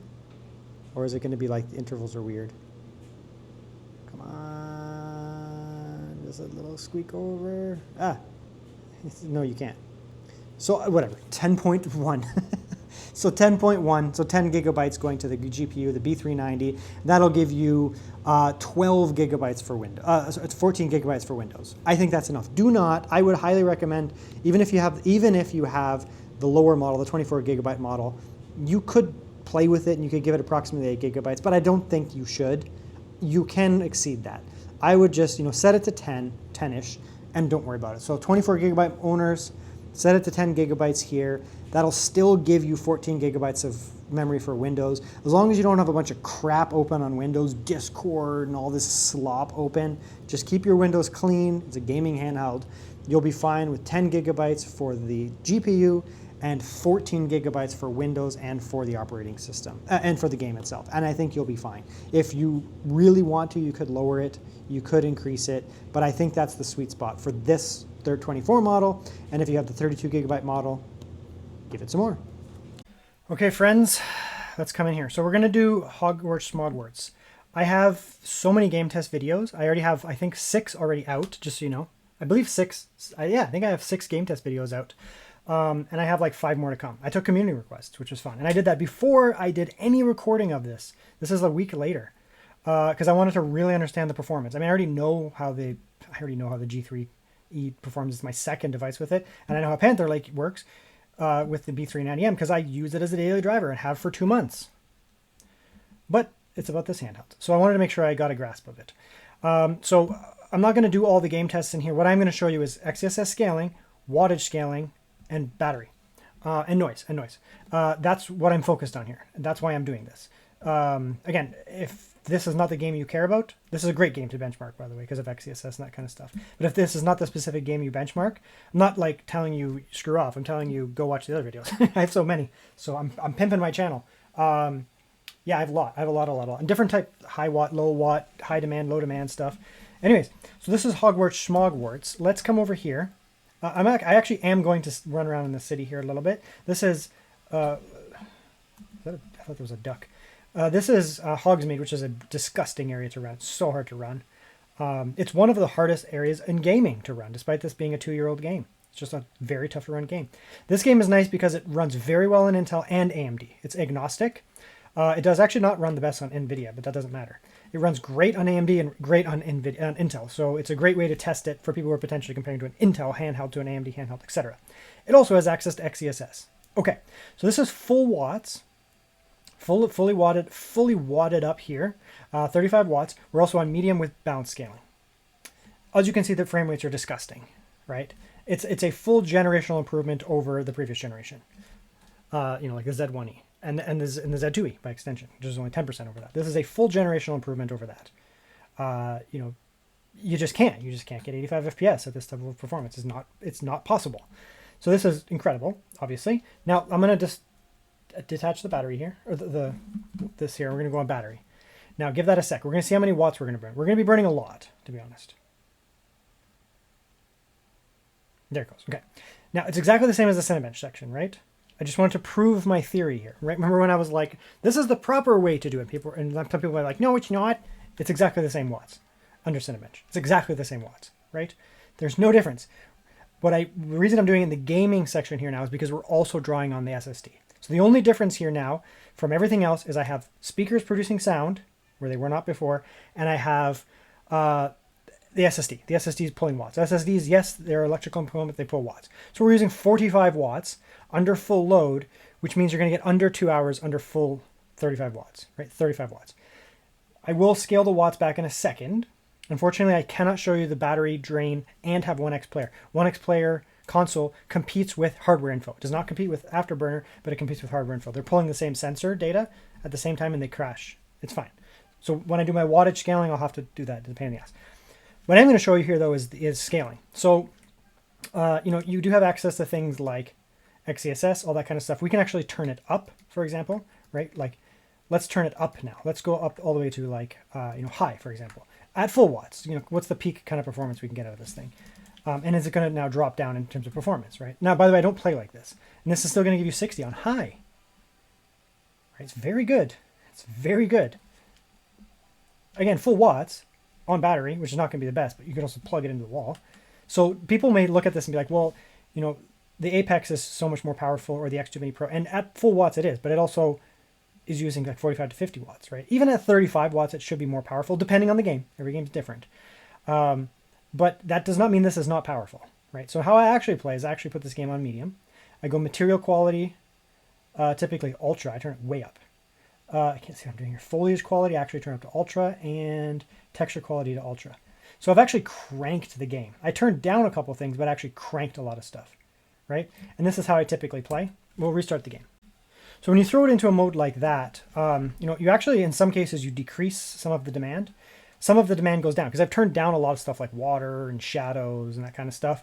But then you're turning up the textures, right? The textures are going to look better. Like these type of textures are all going to look better. And the game just generally is going to look good if you do something like that, right? That's how I play. I don't use presets when I'm gaming. I use presets when I'm benchmarking because it helps show you guys it's easy for you to do that. But when I'm gaming, I don't do that, right? Like we are losing performance. Like we were at, I don't remember, it was 90? Was it 90 watts? 90 FPS, maybe almost 100. We're at 72. It is down, obviously, but I have the settings turned way up, right? And this is still very acceptable. Now, I'm going to go back to medium, and then we're going to do some wattage scaling stuff. Okay, so it's going to crash when I do wattage scaling. Oops. So like this, it's going to crash when we do wattage scaling. Not the game. The game won't crash, but this battery thing will crash. This is going to be a pain in the ass. I'm going to have to keep doing it. So we'll come in here, we'll open up the One X console, we'll decrease the watts, and then we'll open up hardware info, and do this over and over again. This has nothing to do with the handheld. It's just hardware info and OneXPlayer console they're competing. It's fine. That's not how you type. Where are you? It's on the desktop. So I had to close this down. It does not compete with Afterburner. It does compete with hardware info. Hardware info it probably already did. It's going to crash in a second. So measuring battery live with hardware info, which is what I do, because it's the best, and having One X console open, it's just not possible. So this will crash out in a second here.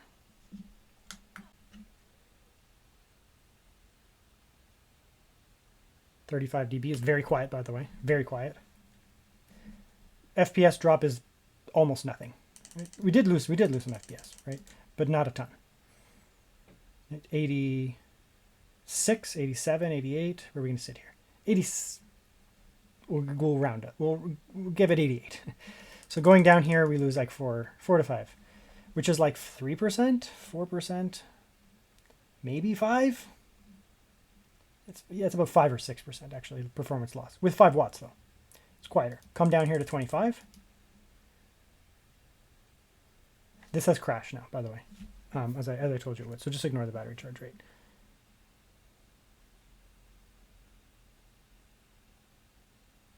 Much quieter. We're still above 60 FPS.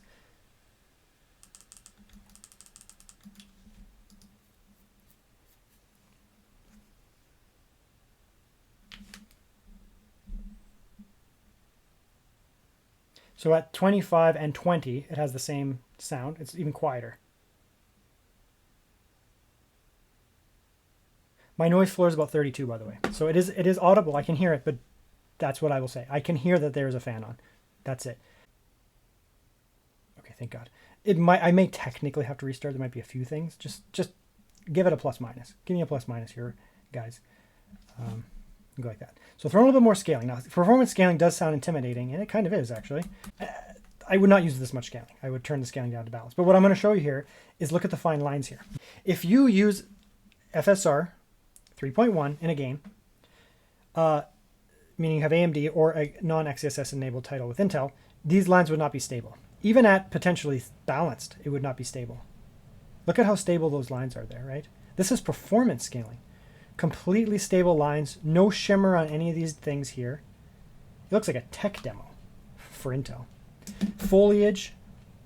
And I mean, we're at 40 FPS at 10 watts as well. Foliage, rock solid. No shimmer, no sparkle. It looks incredible. You can use performance scaling if it's XeSS. You do not want to use FSR in performance. You don't even want to use... I hesitate to even use FSR 3.1 in balanced mode because it looks so bad. XeSS is trivial for that kind of stuff here. It looks incredible, right? You could actually use...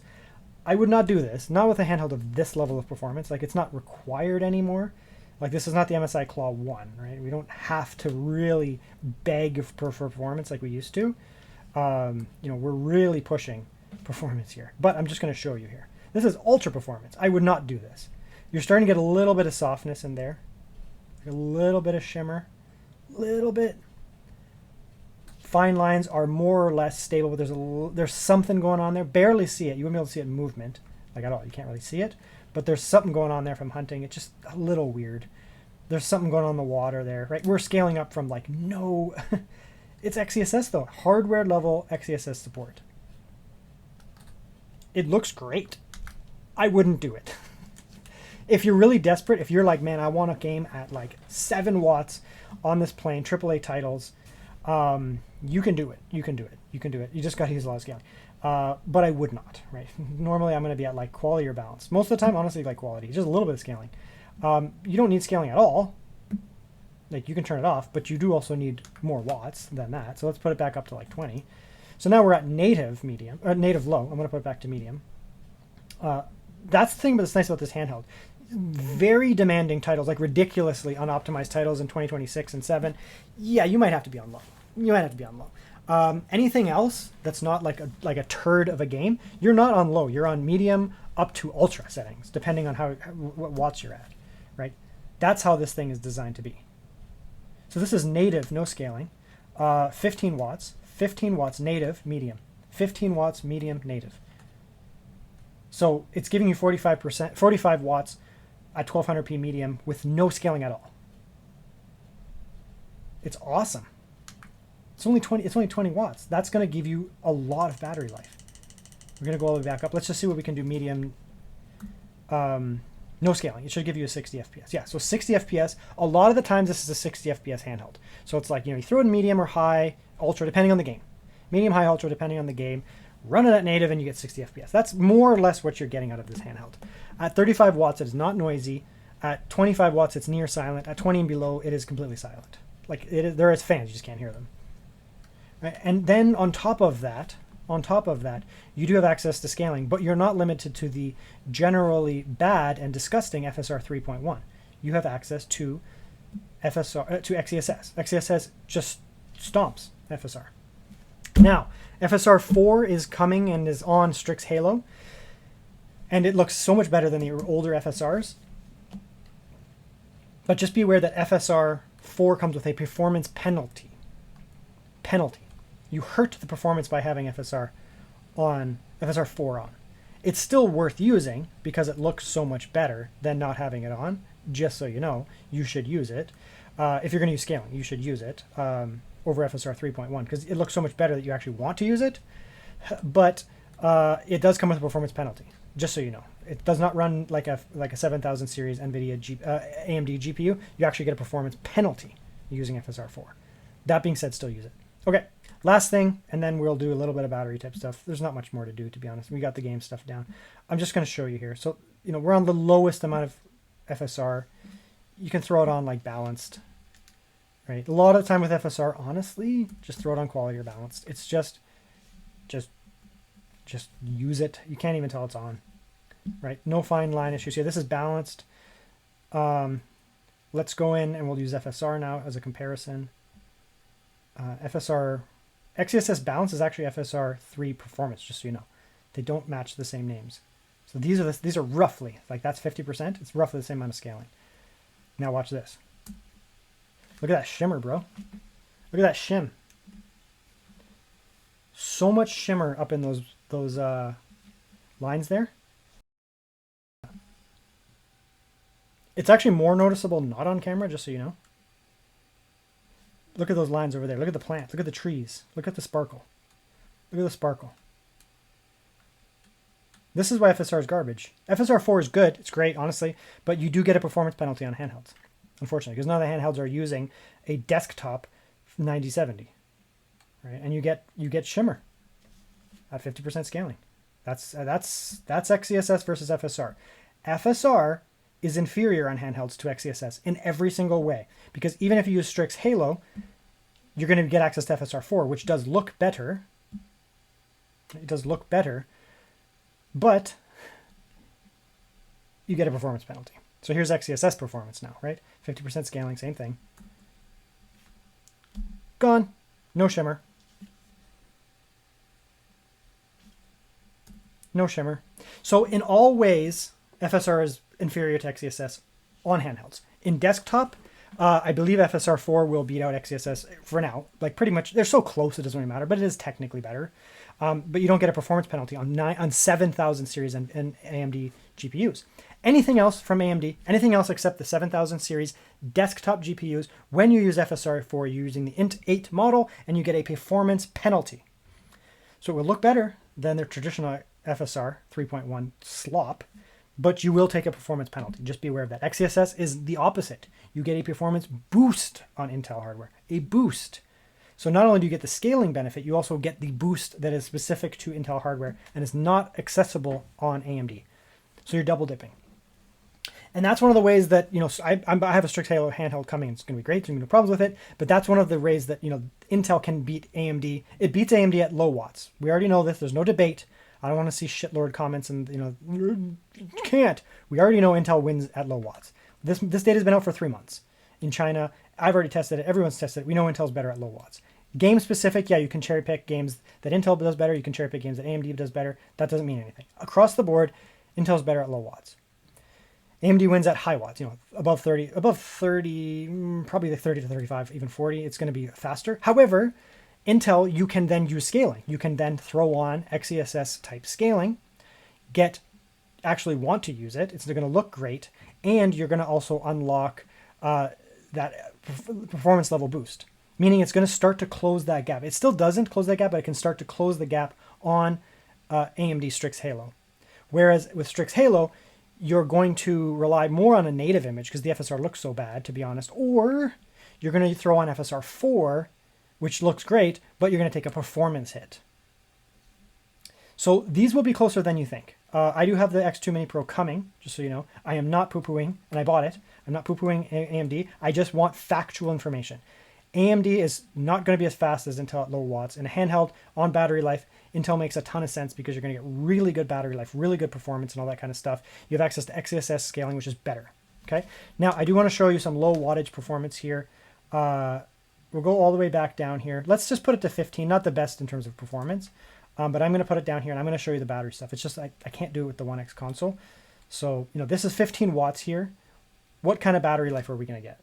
Okay, so now we're back. I've set it to 15 watts, and like I said, I can't play with the wattage actively while I am showing the battery life. Unfortunately, I can't do it because it'll crash. OneXPlayer console and hardware info specifically compete for the same data, and they crash each other out. However, yeah, look at this. So this is now 15 watts, and everything lines up as I said in the the Cinebench test. So you can see here we're in 15 watts, right? Hardware info is going to crash. That's fine. So we'll close that out. We're going to close out the One X console. I just can't do them at the same time. As long as you're not running hardware info, it's not a problem. It can run with MS Afterburner, but hardware info, this software here, and the One X console compete for the same data. It's just the way that it is. They're pulling on the same sensors at the same time, so they crash each other out. It's fine. It's not a big deal.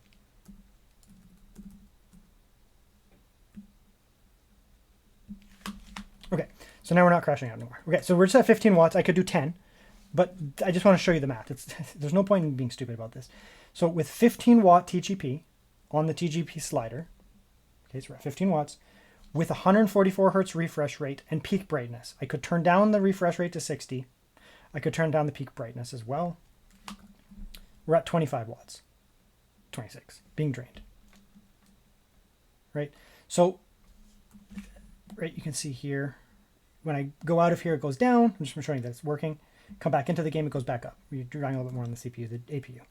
So we're going to be burning around, with 15 watt TGP, you're going to be burning, I guess, 22 up to 25 watts, around there, right? It looks like we're going to be burning about 22 watts. Kind of checks out more or less what we had on the Cinebench, where the system components that were not included with the memory, the SS, or that were not included with the the CPU itself was burning, but 3 to 5 watts, maybe 6. Here we're burning a little bit more because we're also pulling on the SSD, right? So we're set to 15 watts TGP. The APU, the Intel APU is pulling 15 watts, plus minus a little bit, but basically 15 watts. And the system is drawing 23 watts. So approximately 6 or 7 watts, 7 or 8 watts more. So the screen, the RAM, the SSD, the controllers are pulling around 7 watts. So whatever TGP you're at, 15 watts, add about 5 to 7 watts, depending. If you're gaming, probably add 7, because the RAM is pulling stuff and the SSD. If you're just idling, you can add like 3 to 5. See what I'm saying? So at 15 watt TGP with full refresh, we're burning 22. This is an 85 watt hour battery, that's going to give you approximately 4 hours. Done. There's no debate. It's going to give you about that much. If it goes up a little bit, it's going to be more. The fans at 15 watts are spinning very slowly, so they're also using less watts. So you're going to be at about 22 watts, maybe 25. It just depends what's going on. There it goes, 26. When we start doing stuff, it's going up to 26. Inputting to the controller. So just divide that out. 85 watt hour battery divided by 26 at 15 watt TGP at full refresh, plus minus a few percentages here and there. That's what you're going to get, 3 to 4 hours. It is what it is. This is math. This is how science works, right? As long as we've controlled for the variables now. We understand what's going on here. Okay.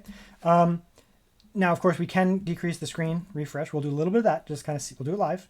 See what this gives us. See what this gives us here.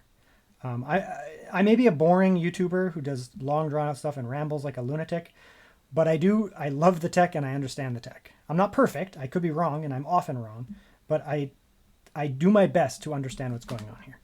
Okay, so now we're down to 60 hertz. Is that going to, in theory, it should help with the screen a little bit, maybe like a watt. I don't even know. I don't actually know what 60 hertz versus 144 hertz does for. That's more than I thought. It's actually doing 22 now, so that actually is like 4 watts down.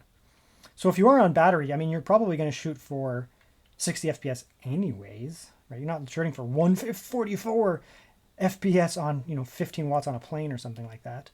That actually did drop a little bit. So there's another 3 watts off, or 3 watts, right? Do the math. Okay, so we've done it. We can talk about it. So the battery life, we don't need to test every single thing. I don't need to run the battery 50 times down. We know the math. When you are gaming at a lower watt, so the fans aren't spinning as fast, you're going to be using about, depends what's going on, with 15 watts, you're going to be using around 22 to 25 watts, something like that. Divide it out, right? If we drop the TGP here down by 5, we go down to 10, take 5 off of that. If we increase it to 20, add 5 more watts.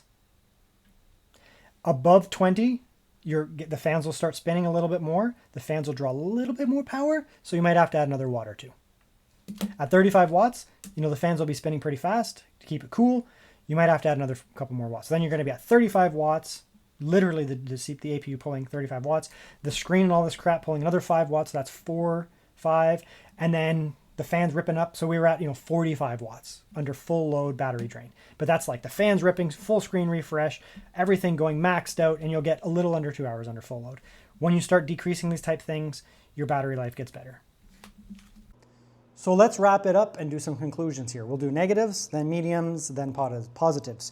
Okay, so negatives, the kickstand is not great. The quality of the kickstand is good. It feels quite premium, actually. It really does feel quite premium. However, it's off to the side a lot. So when it's down all the way, it's okay. Like when I'm gaming like this, right, you can see, can you see? Yeah. It's okay, right? There's a little bit of wobble, but it's not too bad. You know, just setting it there, it's okay. When you start to raise it up though, it does start to get lopsided. So if you're pressing on it, it's a problem.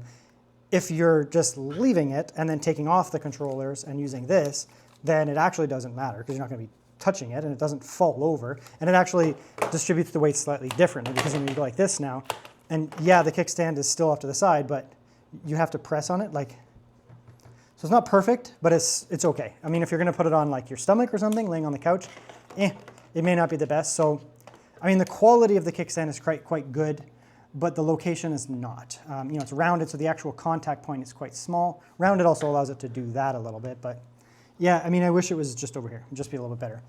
So that's the primary negative, honestly. The keyboard is not magnetized, so I wish that, you know, it's okay that it's floppy like that, but I do wish that it magnetized up here. It does still shut off the screen when you close it, but I do wish that it was magnetized or something so that it would, you know, chick, and it would stick up like that, but it just is not magnetized. So it sits there, but it doesn't magnetize. So those are the negatives, like the actual negatives of the device. I mean, it's expensive, but it's 2026 in the middle of the year and everything is expensive. Everything. Legion Go S is $1,500 American. Legion Go 2 is $1,500 to $2,000 American. So they're actually the same or more expensive than this, and they're massively worse. So I mean, everything's expensive now. So actually, as weird as it sounds, relative to everything else, this is actually cheap now, especially for what you get. But it is still expensive. But I'm not going to white knight and be like, it's so expensive. Everything's expensive. So I guess those are the negatives. I don't really have any other true negatives, to be honest. There's not much. Actually, when you order it, you have to wait a little while for it to come in. So I mean, it's not like you can go out to like a Best Buy and pick it up. So I guess that's a bit of a negative. I suppose that's fine. Okay, so now the neutrals with this joystick here, they're okay. They're medium. I actually do like them in some situations. I think they're really nice in some situations, but they're not going to be as nice as this. But it has to be a neutral because these ones are like almost perfect, to be honest. So that's that there. I mean, I guess it would be nice if this could connect via Bluetooth rather than the dongle, but the dongle does reduce latency. So you plug in the dongle and the USB-A in the top, you still have two USB-C anyways, and then you can use this without any issues. And this charges up and everything too. So I guess that's a neutral as well, I suppose. It's not a big deal, but I guess it's a neutral, whatever. It is a bit of a pain in the ass to upgrade the SSD. When these are in like trigger button, so they're short triggers, they're okay. They're okay. They're not a big deal. When it's in, you know, full analog, they feel okay. Where am I going here? Oh, I'm not pressing the right thing. When they're in full analog, they feel really nice. But when they're in like the actual trigger mode, like the short trigger, they're okay. They're nothing special. I don't know. It's not a big deal. Some don't even have that. So that's that there. Okay. So now we'll talk about the positives. So we'll go back over what we just did. We'll start. So the keyboard comes with it for a decent price. I think it's like, I don't know, it's like $30 or $35 or something like that. I don't know. Something like that. And to buy a Bluetooth keyboard is going to cost the same. You maybe you'll get one for $25 or something on Amazon. It'll be probably worse. You can get a big one, which is fine. I mean, that'll be better. Like I have like a, I don't know, what are they called? Logitech keys. Yeah, it's better, but it also does not attach to this. This is plugged in and it connects at the BIOS level. Like when you're booting, you can use this to actually boot into the BIOS. It's recognized at the BIOS. It's not a Windows-based Bluetooth keyboard. So it's truly almost attached to it, like a wired one would be. The actual typing feel is just fine. It's just fine. The keys are good travel and they feel snappy. It has backlighting, all that kind of stuff. It's fine. It is very shrunk, so it's not, I wouldn't type an essay on it. You actually could, but it would be a slower process if you're a slower typer. I'm a pretty quick typer, to be honest. I'm not like pro, but I'm a pretty quick typer. Like, I don't know, 70, 80 words a minute, something like that. Maybe, I don't know. So there's no way I'm getting something like that on here if I want to be accurate, so that's fine. Trackpad is actually decent, right? So you get this thing in here, it's optional, you don't have to use it, it comes with it, and it's fine. I have no problems with it. It's just fine. I'd say, you know, being able to get that for a reasonable price and having it as an extra thing. Some people on Discord basically saying like, yeah, it's just like a little thing to just like basically gotcha, you threw some money at us. And I was like, no, it's not. Like, I will take yes keyboard and trackpad functioning and attaching to the thing, magnetic, infinitely more than not having one, because this is a 0. This has a 0 out of 10 for a keyboard. This has a 0 out of 10 for keyboard. I don't like keyboards that are digital, like the actual touch interface. You can do that on both, or all of them. I don't like it, but it's not there. This literally doesn't have a keyboard, so it's 0. So the increase of, if you go like how many percent better is this than this, there is no number. The number is undefined. It's infinite, because 0 times that, it's not possible to do this math. So giving that like, a solid like 7 out of 10 or whatever, 6 out of 10 typing experience is still incredible because it has such a thing, and this does not. Okay, so that's that there. I don't want to get like, too crazy about it, but it has it, this one doesn't, right? So that's that. Oop, there's a game. So that's that there. The buttons feel all great. These are a little loose. They're a little bit loose, but they're not bad. They're improved over these. These are like really loose, which depending on the game I'm playing, I don't mind. These are kind of medium, so they are tightened up a bit. So that's an improvement, but they do feel good in general. They're not like knocking out of the park, but they're good in general. Buttons feel great. D-pad feels great. Moving, the turbo buttons and all this crap down here, keeping your start and select up here is great. Love that. This one didn't do it. This one didn't do it. I guess these guys do it, so that's good. It's great. I love that. Good ergonomics as well. Right? It feels great in the hand, like the Legion Go 2. I really did like the Legion Go 2 in the hand. I said it was the best ergo of the generation.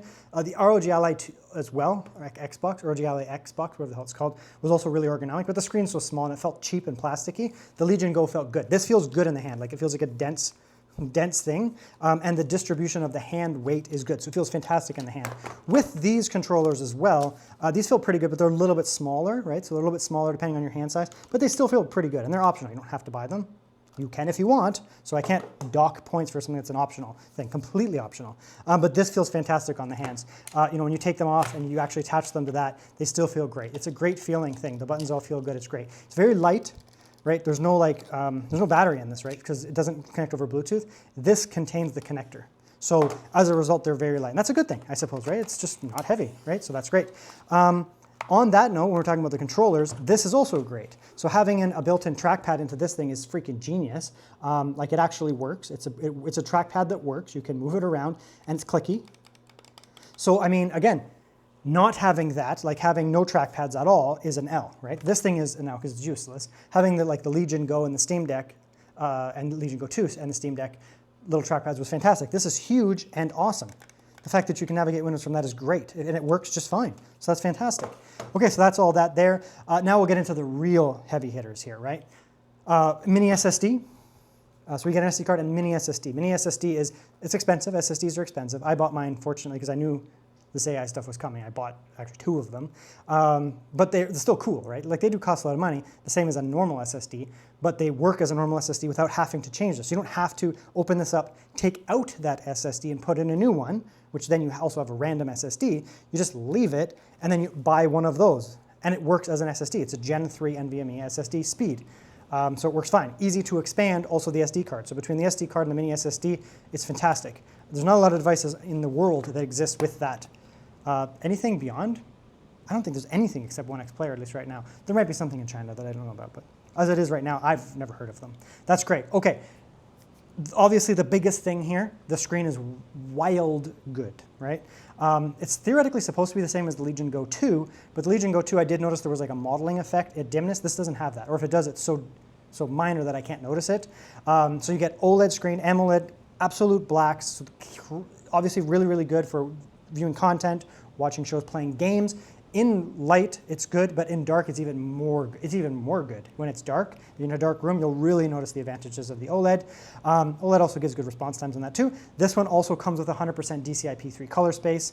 Some of these have 100% DCI-P3 color space, like the X2, for example. Some of them have sRGB color space, like this here, the Apex. I will never complain about an sRGB screen because it's still good, but going from an sRGB screen, whether OLED, whether IPS, whether VA, doesn't matter, up to 100% DCI-P3 in gaming, you'll really notice it. So that's fantastic. Awesome screen in terms of colors, awesome screen in terms of contrast ratio. It's also reasonably bright. It's high refresh, 144 hertz, VRR with adaptive refresh rate, so you can go lower, you can go high, and the touchscreen, and there's no screen door effect, nothing like that. So it's such a good screen. Such a good screen. One of the biggest reasons that I've seen people debating going from an Apex to this, or an Apex to the X2 Mini, or whatever, is this amazing screen. Or even people going from, people didn't want to leave the Legion Go 2 because it had a really good screen, similar to this. And they're like, even though the Legion Go 2 is super expensive and the performance is meh, they bought it for the screen. And now they're like, look at all these new handhelds. They're like really good, like the MSI Claw and that. But they're like, but the MSI Claw doesn't have an OLED. The Apex doesn't have an OLED, doesn't have this level of screen. So now they have that. They have Intel, and then they have AMD, the X2 Mini Pro, which mine's coming soon. What is this giving us? Intel is giving us incredible efficiency. Okay? Efficiency is not, it has good battery life, just in general. Efficiency is not, it burns low watts. Okay, that's not efficiency, that's low power. Efficiency means it gets the job done with less power. Okay, so using 10 watts on this gets more work done than 10 watts on a Strix Halo. See what I'm saying? When you are at 10 watts here, this CPU is not choking. It's still able to perform. When you are at 10 watts on an Apex, it is choking a lot. So you get huge decreases in performance. If you compare this to, say, the Intel Lunar Lake, the previous generation MSI Claw, this is more efficient. They actually use the same amount of battery on idle, and they generally use the same amount of battery. The thing is, this is much more powerful, significantly more powerful, almost double as fast as the Lunar Lake. So when you do a task, open up a program, open up a file, run a script, a file script that takes 1 minute on the Lunar Lake, it takes maybe 30 seconds on this, using the same amount of power. Meaning it's twice as efficient. It uses half as much, the same amount of, takes half as much time with the same amount of power. It's twice as efficient. So this device is massively efficient, massively. It's much more efficient than the Lunar Lake because it has the same rough battery and like peak watts and all that kind of stuff, but it's twice as fast, sometimes more. It's significantly more efficient than the Z1E. It's significantly more efficient than the Z2E and the Z2 because it's doing more with the same amount of power. You give it 35 watts, this gives you more. You give it 20 watts, this gives you more than those there, okay? Now compared to the Strix Halo, now there is a point where Strix Halo would become more powerful, okay? More powerful and theoretically more efficient, but it's at high watts, right? Strix Halo at 35 watts, unless it's, because there's Intel games, AMD games, and NVIDIA games. Games prefer different things. If we average them out over all the games and all the different things, they're generally speaking, they're all going to be fine. Pick a game, do a bunch of games, and when you average them out, how do they perform against each other? Or pick a game that's neutral. If we compare this to the Strix Halo, on average, the 395, AMD 395, typically meets up with this at around 28 to 30 watts. I would say probably about 30 watts. So if you're going to be using your handheld and you want peak performance, and you do not care about thermals, you do not care about noise, you do not care about battery life, the AMD stuff is better, okay? The X2 Mini Pro with the same screen, and it has a battery pack. It's not the same device, but just put them in a void, raw performance. AMD will be better and faster above 30 watts on average. Intel will be better and faster on 30 watts or below. So Intel is therefore better on battery. It's going to last longer. You're going to get better performance. You're going to be able to crank those watts down and still perform, whereas AMD will choke. It doesn't implode, but it starts to choke. When you get AMD down a lot in watts, 15 watts, it really starts to choke. So we have a really good spot now as consumers. Finally, it's been so long. We have a really good spot as consumers. It's a good thing, by the way. I'm not going AMD or Intel camp. I don't care about either of them. They're both mega corporations. But we have a good spot as consumers where we can pick AMD and or Intel, and they do different things. AMD, more raw power on the wall, right? More peak performance. Potentially, I mean, access to FSR4, there's negatives and positives to that, but whatever, right? Intel, better battery life, significantly better battery life. Better efficiency on low watts. Even if you're plugged into the wall, you can turn these things down to 20 watts. It's still performant, 25 watts, still performant. AMD is not, but AMD performs better at high watts. Pick your poison, pick your poison. So it has benefits here. It's a great product. You decide if you want to use it. I think it's fantastic. It's not perfect, but it's pretty damn close. It's pretty damn close. I don't really know what they could change without just going back to the drawing board and just constantly changing things and driving up the costs. This is more than what I expected out of this price bracket in this market. So that's the product. Long ramble, long video. Hopefully it was helpful. Check it out. Links in the video description. Use affiliate links if you can because it helps keep my lights on. Thank you.